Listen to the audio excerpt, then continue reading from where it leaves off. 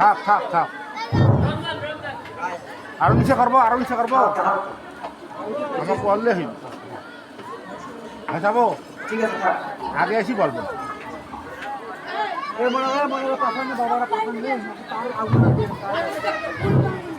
আসসালামু আলাইকুম ওয়া রাহমাতুল্লাহি ওয়া বারাকাতুহু। আলহামদুলিল্লাহি রাব্বিল আলামিন ওয়া আকিবাতু লিল মুত্তাকিন ওয়াসসালাতু আলা রাসূলিল কারীম আম্মা বা'দ।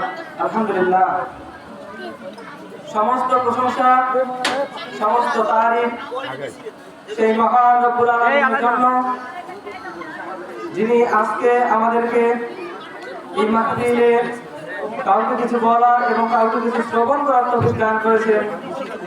সেই মহান রব্বুল আলামিনের প্রতি সবাই শুকরিয়া আদায় করি, সবাই বলি আলহামদুলিল্লাহ। প্রিয় নবী, বিশ্ব নবী, খাতামুন নবী সাল্লাল্লাহু আলাইহি ওয়াসাল্লাম যার অক্লান্ত পরিশ্রমে আজকে এই পৃথিবীর বুকে শান্তি ধর্ম গঠিত হয়েছে।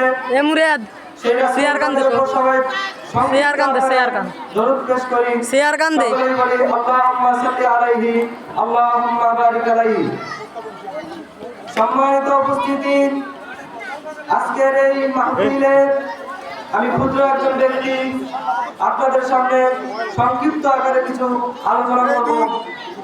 আমার বিষয়বস্তু হচ্ছে সালাতের গুরুত্ব এবং ফজিলত।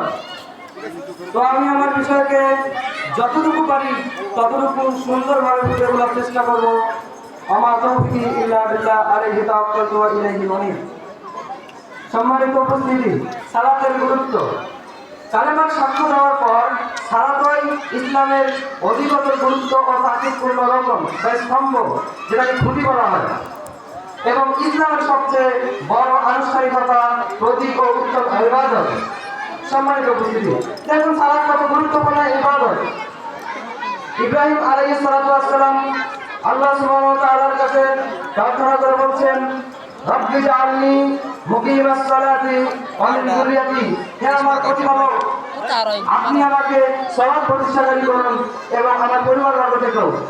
সম্মানিত উপস্থিতি, সালাত কতটা গুরুত্বপূর্ণ ইবাদত, সালাত মুসলিম এবং কাফেরদের মধ্যে ভেদাভেদ, পার্থক্য তৈরি করে দেয়। যেমন রাসূলুল্লাহ সাল্লাল্লাহু আলাইহি ওয়াসাল্লাম বলেছেন, বাইনা রাজুলি ওয়া বাইনা শিরকি আল কুফরি তারকুস সালাত। একজন মানুষ এবং শিরক বা কুফরের মধ্যে পার্থক্য হচ্ছে সালাত পরিত্যাগ করা। অতএব আপনি যদি সালাত পরিত্যাগ করেন, আপনি কুফরি করবেন। তিনি আরো বলেন আল ইফদাল্লাযী বাইনানা ওয়া বাইনাহুমুস সালাত, আমাদের এবং তাদের, অর্থাৎ আমাদের মুসলিমদের এবং কাফেরদের মধ্যে পার্থক্য হচ্ছে সালাত। ফামান তারকুহা, অতএব যে ব্যক্তি তার ছেড়ে দিল, অর্থাৎ সালাত ছেড়ে দিল, তারপর সে কুফরি করল। এ কথা আমার নয়, 1500 বছর আগে রাসূলুল্লাহ সাল্লাল্লাহু আলাইহি ওয়াসাল্লাম বলে গিয়েছেন। কাফের এবং মুসলিমদের মধ্যে পার্থক্য হচ্ছে সালাত ছেড়ে দেওয়া। কাফেররা সালাত আদায় করে না বিধায় তারা কাফের, আর আমরা সালাত আদায় করি বিধায় আমরা মুসলিম। আমাদের পার্থক্য হচ্ছে এটাই। আল্লাহ সুবহানাহু ওয়া তাআলা আমাদেরকে এই পৃথিবীতে পাঠিয়েছেন একমাত্র তারই ইবাদতের জন্য। আল্লাহ সুবহানাহু ওয়া তাআলা বলছেন, আমা খালাকতুল জিন্না ওয়াল ইনসা ইল্লা লিয়াবুদুন, আমি মানুষ এবং জিনকে সৃষ্টি করেছি একমাত্র আমার ইবাদতের জন্য।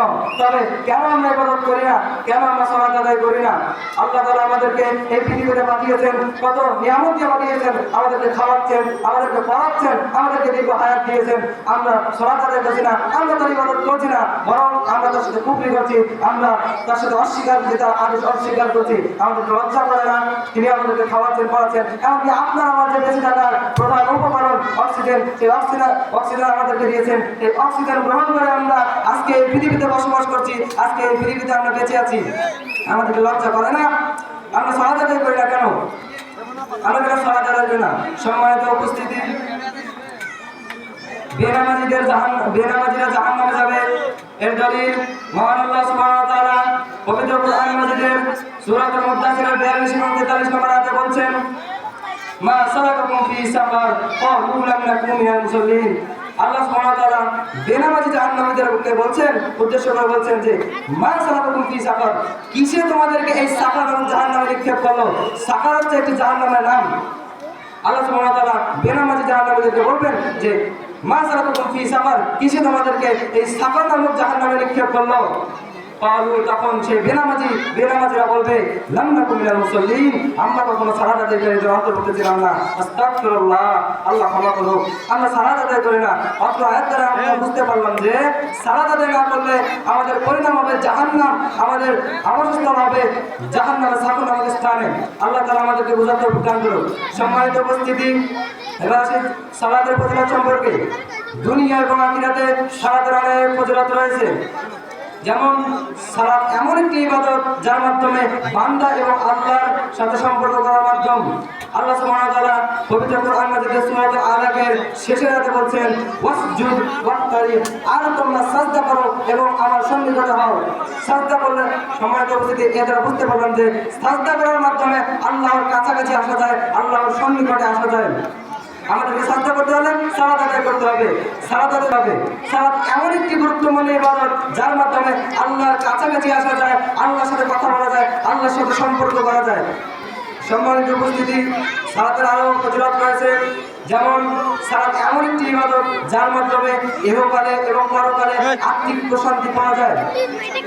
যেমনটি আল্লাহ সুবহানাহু ওয়া তাআলা সূরাতুল আকাশ নম্বর আয়াতে বলছেন আলা বিযিকরিল্লাহি তাতমাইন্নুল কুলুব, আলা বিযিকরিল্লাহি তাতমাইন্নুল কুলুব, জেনে রাখো আল্লাহর জিকিরে আত্মা প্রশান্ত হয়। এখানে আল্লাহ সুবহানাহু ওয়া তাআলা সালাতকে জিকির নামে আখ্যায়িত করেছেন। সালাত হচ্ছে একটি জিকির, জিকির শব্দ হচ্ছে স্মরণ করা। সালাতের মাধ্যমে আমরা আল্লাহকে স্মরণ করি।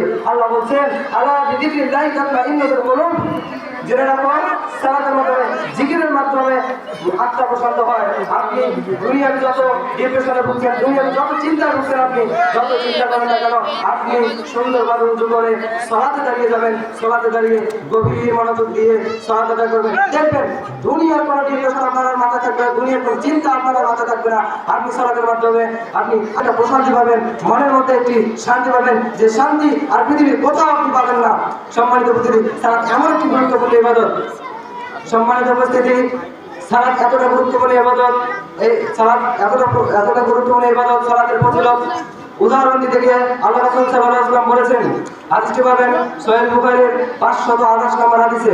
হাদিসটি কোট করেছেন বিখ্যাত সাহাবী আবু হুরায়রা রাদিয়াল্লাহু আনহু। তিনি বলেন সামিয়া রাসূলুল্লাহ সাল্লাল্লাহু আলাইহি ওয়াসাল্লাম ইয়াকুলু, আমি রাসূল সাল্লাল্লাহু আলাইহি ওয়াসাল্লামকে বলতে শুনেছি, ইয়াকুলু, তিনি বলেন রাসূল সাল্লাল্লাহু আলাইহি ওয়াসাল্লাম বলছেন, সাহাবীদেরকে বলছেন লাউ আন্না নাহারান বিবাবি আহাদিকুম হাত্তা লাউ আন্না বিবাবি আহাদিকুম, বলো তো তোমাদের বাড়ির সামনে যদি একটা নদী থাকে, একটা সিলু ফিহি কুল্লা ইয়াউমিন ফানজান, আর সে যদি সেই নদীতে দিনে 5 বার গোসল করে, 5 বার গোসল করে, জালিকা ইউকিমিন দাওয়ানিহি, তার শরীরে কোনো ময়লা থাকবে না? এটা বলো, তোমরাই বলো।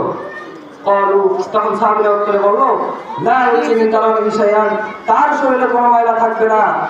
তখন রাসূল সাল্লাল্লাহু আলাইহি ওয়াসাল্লাম বললেন কাযালিকা মিসলু সালাতুল খামস, এটাই হচ্ছে 5 ওয়াক্ত সালাতের উদাহরণ।